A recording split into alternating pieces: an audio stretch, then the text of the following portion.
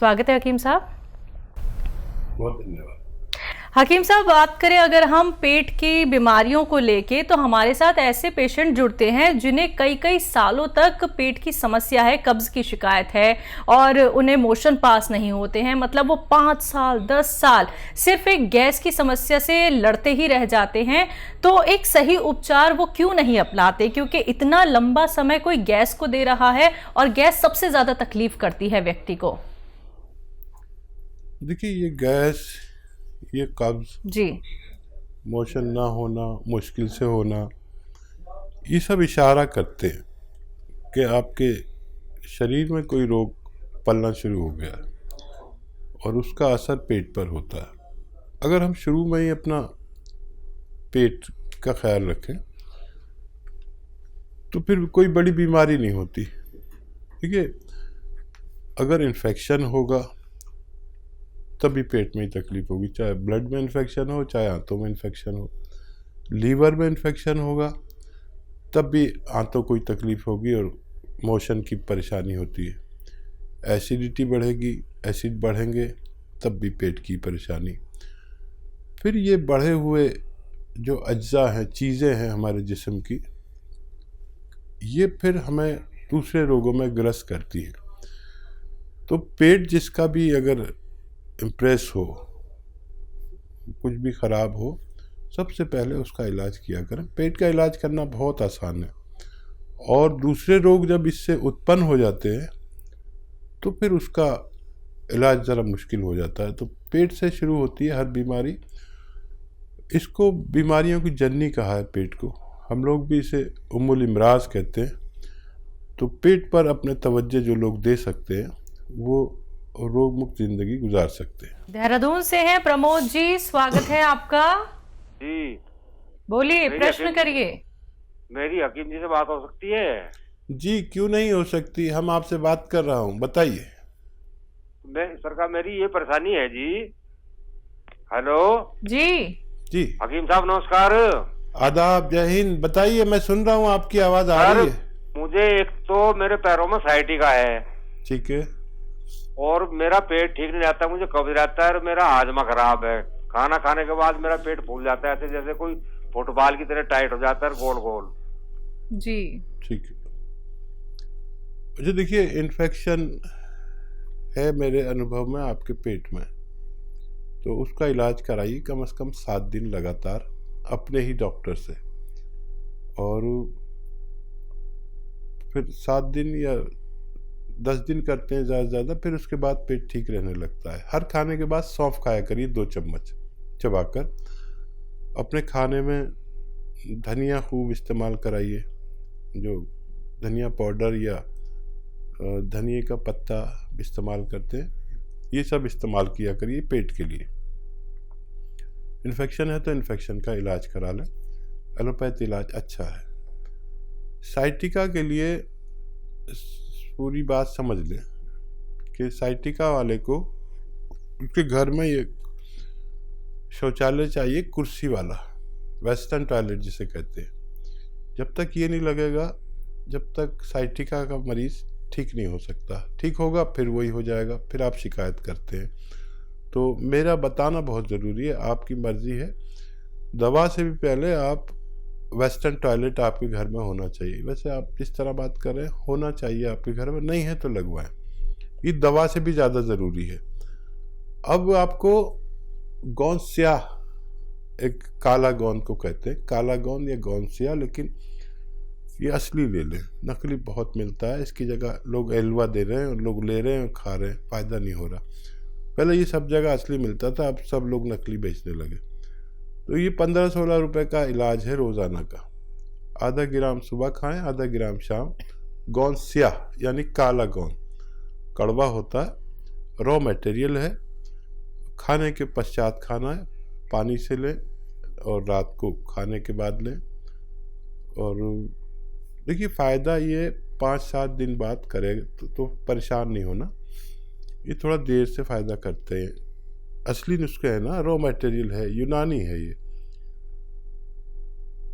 तो थोड़ा सा सब्र करना, क्योंकि साइटिका का एलोपैथ में तो इलाज ऑपरेशन है। इससे भगवान ठीक कर देता है अगर संयम वाले लोग हों।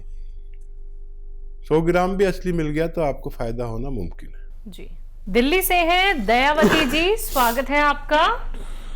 नमस्कार मैम। जी नमस्कार। नमस्कार भाई साहब। देखो हमारी बहन का फोन आया, अगर कर्नल वर्मा का फोन आया तो हमारी बहन का भी फोन आया। कैसी हैं?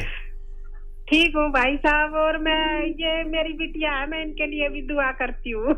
अच्छा, शुक्रिया। आप तो मेरे भाई हो पर ये मेरी बिटिया है, ठीक है ना। मैं इनके लिए खूब खूब दुआ करती हूँ, ये भी खूब खूब खुश रहे। जी ये शुक्रिया। नंदी का काम करती है और आप शिव भगवान हो। अरे बाप रे। देखिए ये कुछ भी हो लेकिन मैं भगवान नहीं, मामूली इंसान हूँ और आपका भाई हूँ, चाहे छोटा माने या बड़ा। सवाल कर नहीं लीजिए। बड़े भाई हो, सही बात है।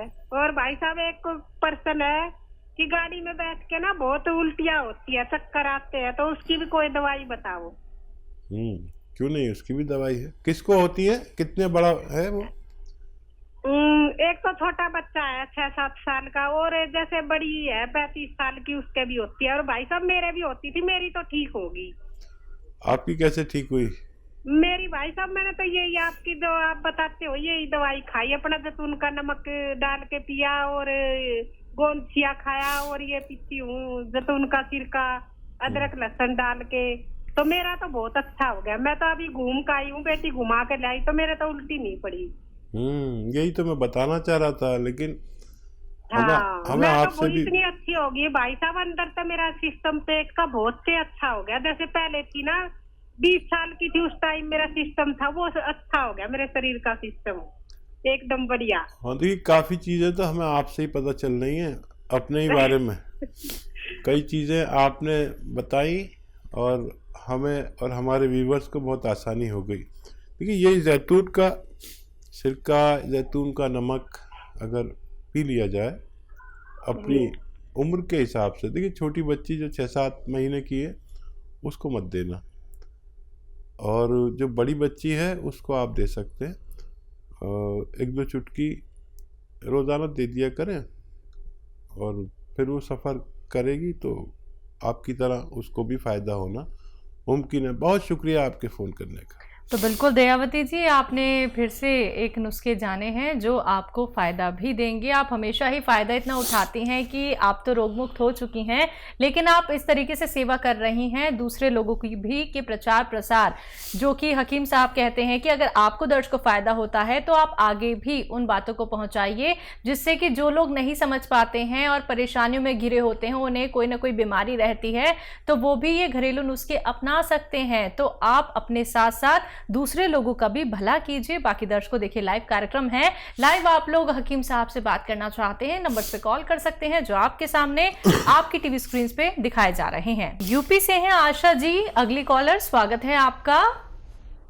नमस्कार जी नमस्कार, बोलिए। नमस्ते। ये बताइए, अब बॉडी बवासीर है हमको, और पेट फूला रहता है, जब गैस निकलती है तो हमको लैट्रिन लगती है, जब गैस नहीं निकलती है तो हमारे लैट्रिन नहीं लगती है, और टाइट लैट्रिन होती है।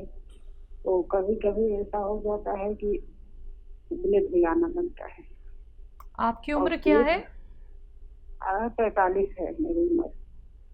और डॉक्टर ये बताइए कि वो जैतून का नमक आपने कहा था, मैंने मंगाई, तो नमक भी खाना है, उसमें और कुछ मिलाना है, परहेज क्या करना है उसको हमको कागज बता देना है। क्योंकि मैं जब गैस की दवा खाती हूँ जिनटैक, तब हमको गैस निकलता है, थोड़ा महसूस होता है कि हमारे बाहर जाने में कुछ है, लेकिन जब भी पेट नहीं साफ होता, थोड़ा बहुत होके फिर ऐसे नीचे से लगा के देना, ऊपर से ऐसे फूल जाता है पेट। खाने का तो कुछ भी नहीं रहता है जी। ठीक है, पेट भरा। मैं समझ गया ऐसी तकलीफ क्या होती है, मैं महसूस कर सकता हूँ आपकी तकलीफ। तो देखिए, ये अगर असली आपने नमक जैतून मंगा लिया है तो ये तो यही 2-2 चुटकी सुबह शाम पानी मिलाकर लेना शुरू कर दें, फौरी तौर पर 2-2 चुटकी। ये चुटकी मैं इसे कहता हूँ, पानी मिलाकर और पी लिया करें दिन में 2 बार, 2-2 चुटकी। और इसी से फ़ायदा होने लगे तो फिर किसी चीज़ की ज़रूरत नहीं। अच्छा, मेडिकल स्टोर से वो ले लीजिए, एक आता है अरंडी का तेल, अरंडी का तेल, और 2 चम्मच सुबह पीजिए, 2 चम्मच शाम, और उसके बाद खूब गरम गरम पानी पीजिए। ये भी एक इलाज है।